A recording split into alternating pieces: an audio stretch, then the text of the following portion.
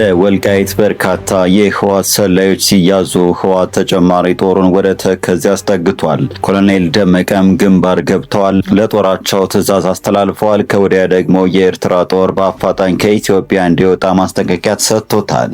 ወልቃይት ላይ ትኩሳት ጨምሯል። ህወሓት አደገኛ እንቅስቃሴን በአካባቢው እያደረገ ይገኛል። ከሰሞኑ በርካታ ሰላዮች ወደ ተከዜ አስርጎ ያስገባ ሲሆን አብዛኞቹም መያዛቸው ታውቋል። በሌላ በኩል ኮሎኔል ደመቀ ወደ ግንባር አምርተዋል።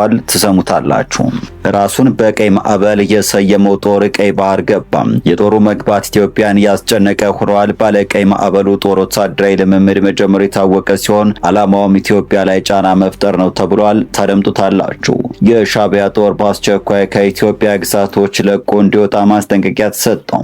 ማስጠንቀቂያውን የሰጠው አንድ ዓለም አቀፍ ተቋም በኤርትራ የዘር ማጥፋት ወንጀል በተለይም በአፋር ኤርትራውያን ላይ የተፈጸመ ነው ሲል አስደንጋጭ ሪፖርት ይዞ ወጥቷል። ዝርዝሩን ይዘነዋል። የህወሓት ጸብ አጫሪ ድርጊቶች መቀጠላቸውን የሚገልጽ መረጃ ወጣም። በራያ አንድ ከፍተኛ አመራር በህወሓት ወታደሮች መታገታቸው ታውቋል። ይህንን ተከትሎ የፌዴራሉ መንግስት በአስቸኳይ ህወሓት ላይ እርምጃ እንዲወስድ ውትወታው በዝቷል። በዝርዝር ትሰሙታላችሁ። የተወደዳችሁ የቻናላችን ቤተሰቦች አሁን በዝርዝር ወደምንመለከታቸው መረጃዎች እናመራለን። ሰናይ ቆይታ። ራሱን በቀይ ማዕበል የሰየመው ጦር ቀይ ባህር ገባ። የጦሩ መግባት ኢትዮጵያን ያስጨነቀ ሆኗል። ባለቀይ ማዕበሉ ጦር ወታደራዊ ልምምድ መጀመሩ የታወቀ ሲሆን ዓላማውም ኢትዮጵያ ላይ ጫና መፍጠር ነው ተብሏል። ግብጽና ሳውዲ አረቢያ አራት የቀይ ባህር አዋሳኝ ሀገራትን በማሳተፍ የጋራ የባህር ኃይል ወታደራዊ ልምምድ መጀመራቸው ተዘግቧል። በወታደራዊ ልምምዱ ላይ በመሳተፍ ላይ መሆናቸው ከተገለጹት ሀገራት መካከል ሱዳን፣ ጅቡቲ፣ የመንና ጆርዳንም ይገኙበታል። የግብጽ መንግስት መረጃ አገልግሎትም ኤስአይኤስ ኤርትራ በወታደራዊ ልምምዱ ላይ ስለመሳተፏ የገለጸው ነገር የለም። ግብጽ፣ ሳውዲ አረቢያ፣ ጆርዳን፣ ሱዳን፣ የመንና ጅቡቲ እየተሳተፉም እንደሚገኙ ተሰምቷል። ቀይ ሞገድ 8 ወይም ሬድ ዌቭ 8 የሚል ስያሜ የተሰጠው ይህ የባህር ኃይል ወታደራዊ ልምምድ ትናንት ህዳር 2 ቀን 2018 መጀመሩንም ነው የጠቆመው። መረጃው ለተወሰኑ ቀናት እንደሚቀጥልም ጠቁመዋል። ልምምዱ የጋራ የስራ ዕቅድ ማውጣት፣ መደበኛ ያልሆኑ የባህር ላይ ስጋቶችን ለመመከት የሚያስችሉ ማስመሰያ ልምምዶችን እንዲሁም በተሳታፊ ኃይሎች መካከል የአፈጻጸም ሂደቶችን ለማጣጣም ያለመ በክፍል ውስጥ የሚሰጥ ስልጠና የተካተተ መሆኑም ተሰምቷል። ልምምዱ ታሳቢ ያደረገው በተሳታፊ የባህር ኃይሎች መካከል ክህሎቶችን ለማጎልበትና የባለሙያ ልምምድ ለመለወጥ ነው ሲል መረጃው መላክቷል። በወታደራዊ ልምምዱ ዙሪያ የሶማሌው ሂራን ኦንላይን ባስነበበው ዘገባው ኢትዮጵያን ጨምሮ በቀጠናው የሚገኙ ሀገራት እየተካሄደ ያለውን ወታደራዊ ልምምድ በቅርበት እየተከታተሉ እንደሚገኙም ጠቁመዋል። ኢትዮጵያ አሁንም በወቅታዊ የቀይ ባህር ደህንነት ዝግጅቶች ውስጥ ሳትካተት ወደብ የማግኘት መብቷን ለማረጋገጥ የምታደርገውን ቀጣይ ጥረት በመጥቀስ ልምምዶቹ በሚከናወኑበት ጊዜ በጥንቃቄ እየተመለከተች መሆኗን ዘገባው አመላክቷል።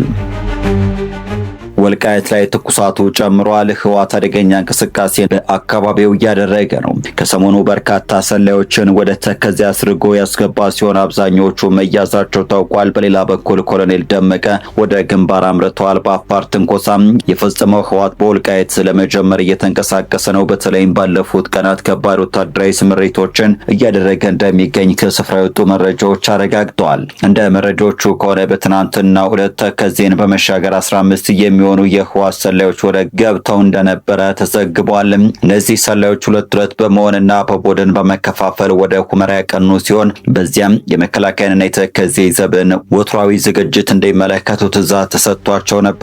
ሆኖም ሁለቱ ሰላዮች ወዲያው በመያዛቸው ሌሎች ማምለጣቸው ታውቋል። አፋር አዘናግቶ አሰብ ላይ የመጨረሻ አዋጁን አሰማም። የአፋር ህዝብ አሰብ ወደ ኢትዮጵያ ይመለሳል፣ ለዚህም ህዝቡ ነቅሎ ይወጣል ሲል አንድ የፖለቲካ ድርጅት ይፋ አድርጓል። ኢትዮጵያ ሉዓላዊ ግዛት አካል ነው ብሎ እንደሚያምን አስታውቋል። ሊቀመንበር አቶ መሐመድ አወል ወግሪስ የአሰብ ወደብ ባለቤት ኢትዮጵያ ነች ብሎ ፓርቲያቸውም እንደሚያምን ገልጸዋል። ኢትዮጵያ አሰብን በባለቤትነት በማስተዳደር የባህር በር የነበራት ሀገር መሆኗን የጠቆሙት መሐመድ በታሪክ አጋጣሚ ያጣነው ግዛት እናስመልሳለንም ብለዋል። የቀደመ ታሪክን አጣቅሰው የሚናገሩት መሐመድ የአሰብ ራስ ገዝ አስተዳደር ሲመሰረት የአፋር ህዝብን ጥያቄ በመመለስ አሰብን በመቀመጫ በነጻነት የሰየመ እንደነበረም አስታውቋል። ከዚህ በኋላ በተደረገው የስርዓት ለውጥ የሽግግር መንግስት ግልጽነት በጎደለው አካሄድ ኤርትራ በሪፈረንደም እንድትገነጠል መደረጉን ገልጿል። ያኔ በቻርተሩ መሰረት እንደ አፋር አባት የሚቆጠሩት ሱልጣን አሊ ሚህራን ሀንፈሬ ውሳኔው በጽኑ ተቃውሞ እንደነበረም አስታውሰዋል። በዚህ ወቅትም የኢትዮጵያ መንግስት የባህር በር ባለቤትነትን ሀገራዊ አጀንዳ ማድረጉ ትክክለኛ ውሳኔ መሆኑን ጠቅሰው ኢትዮጵያ የንግድ የባህር በር ያስፈልጋታል ብለዋል። በተለይም አሰብን ማጣት የኢትዮጵያ ሕዝብ ለትልቅ ጉዳት የዳረገ መሆኑን አስታውሰው ኦርዶፍ አሰብ የኢትዮጵያ ሉዓላዊ ግዛት ስለሆነ መመለስ እንዳለበትም ያምናል ነው ያሉት። ኦርዶፍ በወቅቱ አሰብን ማጣት አደገኛ ውሳኔ መሆኑን እንደሚያምንም ጠቁመዋል። የባህር በር ማግኘትና አሰብን የማስመለስ ጉዳይ የአፋር ሕዝብና በክልሉ የሚንቀሳቀሱ የፖለቲካ ኃይሎች የጋራ አቋም ጭምር መሆኑን አቶ መሐመድ ገልጸዋል። ታሪክንም ሆነ ሌሎች ማስረጃዎችን ብናጣቀስ አሰብ የኢትዮጵያ ነው የሚሉት መሐመድ አሰብ ወደ ቀድሞ ግዛቱ እንዲመለስ የሚጠበቅብንን እንወጣለን ብለዋል። እንደ መሐመድ ገለጻ የአሰብ አካባቢ የሚገኙ አፋሮች በከፍተኛ ጫናና እንግልት ውስጥ የሚገኙ በመሆናቸው የአሰብ መመለስ ለአፋር ሕዝብና በአጠቃላይ ለኢትዮጵያ ሕዝብ ትልቅ ትርጉም እንዳለውም ተናግረዋል። የህወሓት ጸብ አጫሪ ድርጊቶች መቀጠላቸውን የሚገልጽ መረጃ ወጥቷል። በራያ አንድ ከፍተኛ አመራር በህወሓት ወታደሮች መታገታቸው ታውቋል። ይህንን ተከትሎ የፌዴራሉ መንግስት በአስቸኳይ ህወሓት ላይ እርምጃ እንዲወስድ ውትወታ በዝቷል። በምርጫ ቦርድ ህጋዊነቱን ያጣው ህወሓት አደገኛ እርምጃዎችን እየወሰደ ነው። በተለይም በራያ አካባቢ የሚፈጽማቸው ድርጊቶች የፌዴራል መንግስቱን ወደ ግጭት የሚያስገባ ነው በሚል ተሰግቷል። ዛሬ የወጣው መረጃ ይህንኑ የሚያመላክት ነው። በትግራይ ጊዜያዊ አስተዳደር ኃይሎች ዳር 1 ቀን ታግተው የነበሩት የአላማጣ አጠቃላይ ሆስፒታል ስራ አስኪያጅ በላይ ሞላ ኃላፊነታቸው ለመልቀቅ ከተስማሙ በኋላ በቀጣዩ ቀን ከእገታ እንደለቀቁ ዋዜማ ሬዲዮ ዘግቧል። በተለይም በላይ ለአንድ ሌሊት በአካባቢው በሚገኝ የትግራይ ኃይሎች ወታደራዊ ካምፕ ውስጥ ታግተው ካደሩ በኋላ የተለቀቁት የሆስፒታሉን ማህተምና ቁልፍ አስረክበው ከኃላፊነታቸው እንዲለቁ የቀረበላቸውን ቅድመ ሁኔታ ተቀብለው መሆኑን የሬዲዮ ጣቢያው ምንጮች አስታውቀዋል። የትግራይ ኃይሎች በሆስፒታሉ ላይ ያላቸው ፍላጎት የሆስፒታሉ አስተዳደር በትግራይ ጊዜ አስተዳደር ሙሉ ቁጥጥር ስር እንዲሆን ማድረግ መሆኑን የትግራይ ኃይሎች ከስራ አስኪያጁ ጋር ባደረጉት ድርድር ተሳታፊ የነበሩ አንድ ምንጭ ገልጠዋል።